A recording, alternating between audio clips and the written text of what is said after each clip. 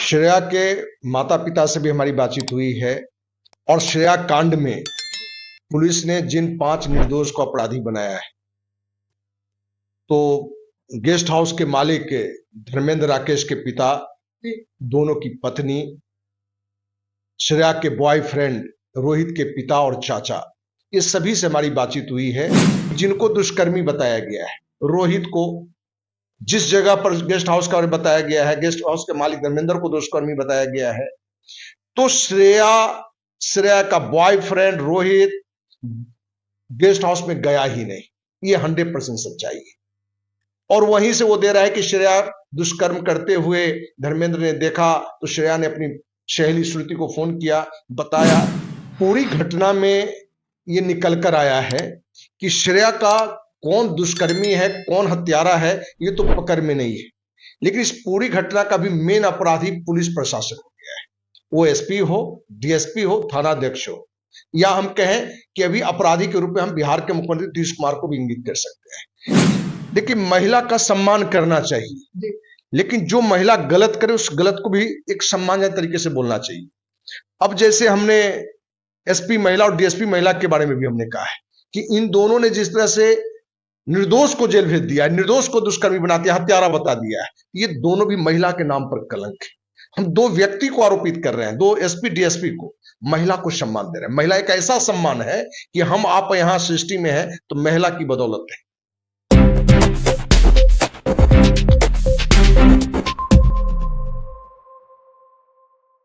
Hello नमस्कार साथियों, मैं अंकित पटेल। अभी हम मौजूद हैं पटना में और फिर से हम आप लोगों के बीच श्रेया हत्याकांड मामला को लेकर एक बार फिर से हम चर्चा करने आए हैं। और अभी तक श्रेया को जो सही अपराधी है वो अभी तक पकड़ाए नहीं है। इसीलिए हम फिर से अखिल भारतीय अपराध विरोधी मोर्चा के पास जो राष्ट्रीय अध्यक्ष हैं धर्मेंद्र सिंह राठौर जी, उनके पास आए हैं और फिर से हम आप लोग को अपडेट करने का प्रयास कर रहे हैं कि क्या श्रेया हत्याकांड मामला कहां तक पहुंचा है। सर, सबसे पहले मेरे चैनल में आपका स्वागत है। बहुत बहुत धन्यवाद। सर, अभी श्रेया हत्याकांड जो हुआ है उसमें लोगों का कहना है कि इसका असली अपराधी कौन है, और आप लगातार श्रेया हत्याकांड के जो अपराधी है, जो अभी फिलहाल जो है, उनके लगातार फैमिली से मिले हैं, उनके माता जी से, उनके पिताजी से, उनके चाचा जी से लगातार मिले। तो क्या इससे क्या आपका अनुभव क्या मिला सर, कि मतलब क्या है? श्रेया के माता पिता से भी हमारी बातचीत हुई है और श्रेया कांड में पुलिस ने जिन 5 निर्दोष को अपराधी बनाया है, तो गेस्ट हाउस के मालिक धर्मेंद्र राकेश के पिता, दोनों की पत्नी, श्रेया के बॉयफ्रेंड रोहित के पिता और चाचा, ये सभी से हमारी बातचीत हुई है और हमने इसकी जानकारी भी देशवासियों को दी है। पूरी घटना में ये निकल कर आया है कि श्रेया का कौन दुष्कर्मी है, कौन हत्यारा है, ये तो पकड़ में नहीं है। लेकिन इस पूरी घटना का भी मेन अपराधी पुलिस प्रशासन हो गया है। वो एसपी हो, डीएसपी हो, थानाध्यक्ष हो, या हम कहें कि अभी अपराधी के रूप में हम बिहार के मुख्यमंत्री नीतीश कुमार को भी इंगित कर सकते हैं, क्योंकि आपने अपराधी को पकड़ा नहीं और निर्दोष को अपराधी बना दिया सिर्फ मुख्यमंत्री नीतीश कुमार के दबाव में, क्योंकि अपनी छवि को साफ सुथरा दिखाना है। IG Magadh, DIG, SP Aurangabad, DSP Aurangabad, थानाध्यक्ष या जो भी पुलिसकर्मी इसमें शामिल है, हम मेरे नजर में आज वही सबसे बड़ा अपराधी है इस पूरे कांड में। जो दुष्कर्मी हत्यारा तो पकड़ में नहीं है, लेकिन आप निर्दोष को भी यदि दुष्कर्मी बताते हैं, अपराधी बताते हैं, हत्यारा बताते हैं, तो ये भी गलत है। तो पूरी घटना में जो शुरुआत से एक पुलिस संदेह के घेरा में था कि पुलिस पहले दिन से ही गीत गाने लगा कि श्रेया प्रेम प्रसंग में आत्महत्या कर ली। पोस्टमार्टम रिपोर्ट आया कि पानी में डूबने से मौत हुआ है। लड़की का उम्र 24 साल है, जबकि श्रेया का उम्र 16 वर्ष है। आगे जितनी भी चीजें उसने डाला, जो आपके भी जानकारी में और हमने लोगों को जानकारी भी दी है कि जिनको दुष्कर्मी बताया गया है, रोहित को जिस जगह पर गेस्ट हाउस का बताया गया है, गेस्ट हाउस के मालिक धर्मेंद्र को दुष्कर्मी बताया गया है, तो श्रेया का बॉयफ्रेंड रोहित गेस्ट हाउस में गया ही नहीं। ये 100% सच्चाई है।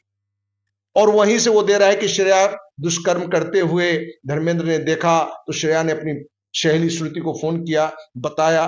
तो पुलिस प्रशासन के पास अब साइंस इतना डेवलप है कि उस फोन में कहां था वो जानकारी में दे सकता है। सर पुलिस, जैसे कि आप बोल रहे हैं कि मतलब इसमें पुलिस प्रशासन का मतलब ज्यादा गलती है, आखिर पुलिस प्रशासन ऐसा क्यों कर रहा है सर? ये अपने बचाव के लिए कर रहा है या सरकार को बचाव के लिए कर रहा है? पुलिस प्रशासन का ज्यादा नहीं, 100% दोष ही पुलिस प्रशासन का है। आखिर क्यों सर? क्योंकि पुलिस प्रशासन जो बड़ा मगरमच्छ है, जो एक किसी राजनीतिक नेता का संरक्षण में है, उसके बचाव में निर्दोष 5 लोगों को आरोपी बना दिया, जिसके साक्ष्य दर्जन भर से अधिक मेरे पास भी है। वो निर्दोष है।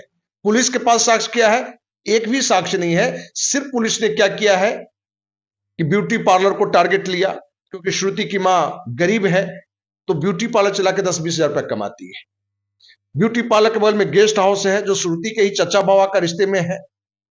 तो फिल्मी कहानी में या शहर में अक्सर होता है, पटना से आप हैं, पटना में भी है, दिल्ली मुंबई में, कि ब्यूटी पार्लर में भी दुष्कर्म की घटना घट रहा है, होटल में भी घट रहे हैं। तो लगा पुलिस को कि एक आसान टास्क है कि हम ब्यूटी पार्लर को और गेस्ट हाउस को जोड़ के, जिससे पूरे बिहारवासी और देशवासी को विश्वास हो जाए कि पुलिसकर्मी बहुत बहादुरी के साथ, और नीतीश का ऐसा सुशासन है कि कुछ समय में ही दुष्कर्मी को पकड़ लिया, अपराधी को पकड़ लिया। सच्चाई क्या निकला कि ये सभी निर्दोष थे, और जो रियल में अपराधी है वो खुलेआम घूम रहा है, क्योंकि वो नीतीश के संरक्षण में होंगे, किसी राजनेता के संरक्षण होंगे, किसी पुलिस पदाधिकारी के संरक्षण होंगे। तो ये पूरे पुलिस प्रशासन के लिए और राज्य सरकार के लिए बड़ी शर्मनाक बात है।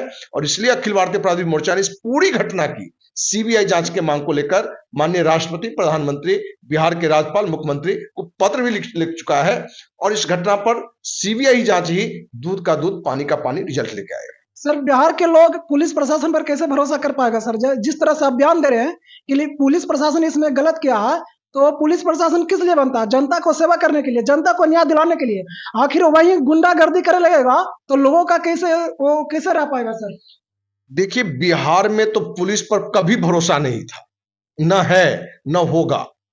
तो लोगों का न्याय कैसे मिलेगा सर? आज भी जो निर्दोष लोग हैं, यदि थाने में एफआईआर के ले जाते हैं तो बिना दक्षिणा का एफआईआर नहीं होता है, क्योंकि ऐसे एक नहीं, हम लगता है अपने सामाजिक जीवन में हजारों एफआईआर हमारी जानकारी में आने के बाद, हमारे फोन करने पर, हमारे दबाव बनाने पर एफआईआर हुआ है। तो पुलिस की स्थितियां तो सिर्फ धनोपार्जन की ओर है, और उस पर जो एक प्रभाव होना चाहिए वो प्रभाव नहीं हो पा रहा है, क्योंकि नियुक्ति में भी, पोस्टिंग में भी एक बड़ा लेन देन अपने यहां होता है। तो ये सारे कारण है कि पुलिस भ्रष्ट हो चुकी है, और उसे जनता के कार्य की जगह पर वो सत्ता का कार्य कर रहा है, भ्रष्टाचारी का काम कर रहा है, अपराधी का काम कर रहा है। सर वहां के जो प्रशासन है, जो एसपी हैं, जो महिला हैं, और आप लगातार अभी कुछ देरी पहले आप बोले कि महिला को नीतीश कुमार सम्मान करते हैं, और कुछ बोले नीतीश कुमार, इस पर आप चर्चा कर रहे थे। तो बताइए, जो उस महिला है, जो एसपी है, वो महिला कहीं नहीं सेवा कर रही है, वो महिला कहीं नहीं न्याय दिला रही है, तो इस पर क्या बोलना चाहते हैं?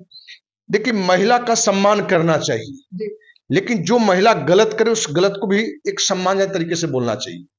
अब जैसे हमने एसपी महिला और डीएसपी महिला के बारे में भी हमने कहा है कि इन दोनों ने जिस तरह से निर्दोष को जेल भेज दिया है, निर्दोष को दुष्कर्मी बना दिया, हत्यारा बता दिया है, ये दोनों भी महिला के नाम पर कलंक है।